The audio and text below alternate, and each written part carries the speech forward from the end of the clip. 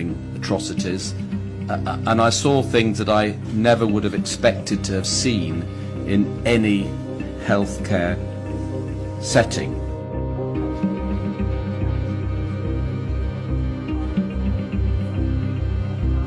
This is Hiyam Abu Khadr. She's 7 years old.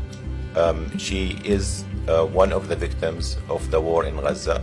A bomb hit her family home, so her father and brother were killed, and her mother also was injured and she had burned, and she sustained third-degree burns on 40% of her body.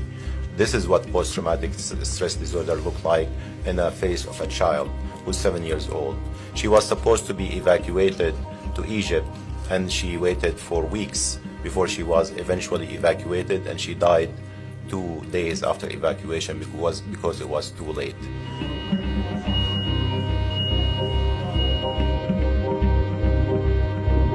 Particularly with children,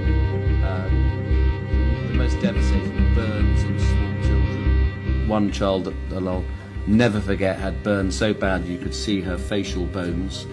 We knew there was no chance of her surviving that, but there was no morphine to give her. So not only was she inevitably going to die, but she would die in agony.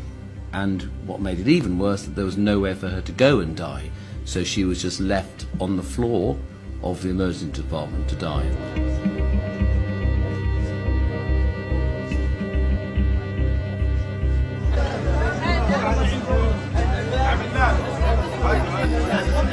And they have to choose between whether do I fully stock my operating theater, my ICU, or my emergency room. And this is where you have doctors faced with horrific decisions of having to intubate and amputate children and adults without anesthetics in emergency rooms. And this small vial of medicine here is a medicine that we use for sedation. Midazolam, Versed. This is something that we could be using for our patients who are there, who are in pain, we're trying to reset their fractures. It's an incredibly painful process, and this is something that can help. Something this small, we're not able to get into the Gaza Strip because the trucks are stalled.